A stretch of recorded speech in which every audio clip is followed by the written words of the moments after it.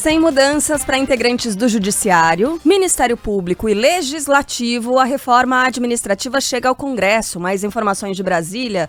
Fala, Natália Pazzi. A reforma administrativa apresentada nesta quinta-feira pelo governo federal prevê que os servidores que já ingressaram no serviço público continuarão com a estabilidade e os mesmos salários. As novas regras valerão para os servidores de todos os poderes e em todas as esferas. Ficam de fora apenas os militares e os membros de poderes. Uma das diferenças é que agora quem passa no concurso público não assume cargo efetivo. Haverá um estágio probatório, só os mais bem avaliados é que serão efetivados, como explica o secretário especial adjunto de Desburocratização, Gestão e Governo Digital do Ministério da Economia, Gleison Rubim. Nós teremos agora uma etapa intermediária entre as provas do concurso público e o ingresso no cargo. Essa etapa intermediária será o vínculo de experiência, mas esse período será de, no mínimo, 2 anos para aqueles que vierem a ocupar o cargo típico de Estado. O cargo de tipo de Estado, ele também permitirá que o servidor adquira a estabilidade, mas ela vem apenas 1 ano após a conclusão do vínculo de experiência. Então serão 3 anos ao todo, 2 do vínculo de experiência e mais 1 ano no exercício do cargo.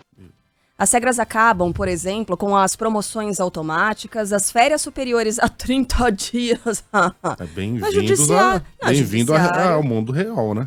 Então, a estabilidade, com exceção das carreiras típicas de Estado, além de prever a redução de salários iniciais, período de experiência e a abertura de concursos para vagas temporárias. A gente continua falando desse assunto, da reforma administrativa, agora com você, Larissa Arantes. A proposta de reforma administrativa foi entregue oficialmente ao Congresso pelo governo federal, depois de ser apresentada pela equipe econômica. A expectativa do líder de governo na Câmara, deputado federal Ricardo Barros, do PP do Paraná, é a de que o texto seja aprovado na Câmara e no Senado até o fim deste ano. Eu vejo que o texto foi muito bem construído, né, e está muito bem apresentado. Eu não vejo dificuldades na sua aprovação. As novas regras previstas na reforma serão aplicadas para os futuros servidores. A estabilidade, por exemplo, não será mais garantida para todas as carreiras, uma vez que a proposta acaba com o chamado regime jurídico único. Para o presidente da Frente Parlamentar da Reforma Administrativa, deputado Fernando Mitrô, o serviço atual não condiz com a estrutura do Estado. É o Tiago Mitrô. Eu falei o quê? Fernando. Tiago Mitrô, perdão. Hoje todo brasileiro tem um diagnóstico comum que os serviços públicos do Brasil não estão na qualidade que merecem estar, né, e isso existe uma razão, né, que são nas regras atuais dessa estrutura da máquina pública brasileira, que são muito defasadas. A gente costuma falar que não está nem no século XX, está no século XIX ainda. A proposta ainda dá mais poder ao presidente da República, que poderá extinguir funções e órgãos públicos por meio de decreto, e para valer precisa passar por 2 comissões a ser votada no Congresso. Ontem, ao ser questionado sobre as outras reformas, o presidente da Câmara, Rodrigo Maia, se queixou do ministro da Economia, Paulo Guedes. Eu não tenho conversado com o ministro Paulo Guedes, tem proibido a equipe econômica de conversar comigo. Ontem mesmo a gente tinha um almoço com o Esteves e com o secretário do Tesouro para tratar do Plano Mansueto, e os ministros foram proibidos, os secretários foram proibidos de ir à reunião. Então, o que eu decidi é que a relação da presidência da Câmara será com o ministro Ramos, e o ministro Ramos conversa com a equipe econômica para não criar constrangimento mais para ninguém. Mas isso não vai atrapalhar os nossos trabalhos de forma nenhuma.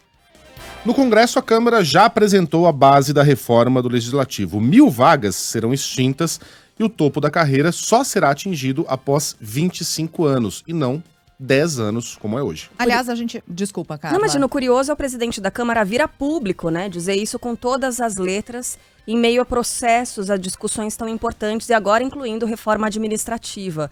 Não temos contato direto com o Ministério da Economia. As pautas mais importantes agora são as econômicas, né? Porque é que o presidente da Câmara dos Deputados veio a público nesse momento dizer com todas as letras que isso está acontecendo.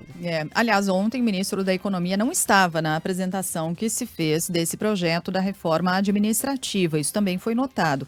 De todo modo, a gente vai ao longo de todo o dia ainda falar bastante sobre esse projeto de reforma administrativa, até para entender melhor. São muitos aspectos, são muitos elementos. É uma reforma, como se previa, fatiada. Então, a gente está falando de uma fase inicial que não toca em pontos ainda que são os mais sensíveis, e esses pontos mais delicados, mais sensíveis, ficaram para uma segunda fase do projeto. São 3 fases, pelo menos, para a aplicação de toda a reforma administrativa, e tudo vai depender ainda do andamento que esse projeto vai ter no Congresso Nacional. Então, a gente vai falar aqui de muitos aspectos e elementos que estão no projeto, mas pode ser que eles passem a não valer, a depender da votação que vai transcorrer, das alterações que poderão ser promovidas no Congresso Nacional. Tem um longo caminho ainda pela frente, é um passo importante que foi dado, a reforma administrativa é fundamental para o país. Agora, é importante que se diga, ela não provoca redução de gastos neste momento, né? Não gera economia nesse momento, porque ela não mexe nos atuais servidores. Pode promover uma economia no futuro, sem dúvida nenhuma. Muda muita regra para o servidor no futuro, mas nesse momento não gera economia. E é importante a gente lembrar que, muito embora seja um passo fundamental, um passo muito importante, essa reforma continuou preservando a elite do funcionalismo. Então ficaram de fora e ficam sem efeito, de acordo com esse projeto, pelo menos, algumas categorias importantes. Se você olhar ali... desembargadores, juízes, procuradores, promotores, deputados e senadores, militares também, todos eles são poupados nas mudanças das regras. O governo argumentou que há normativas específicas para essas categorias que não podem ser alteradas pelo Poder Executivo. Então é isso, esses foram poupados.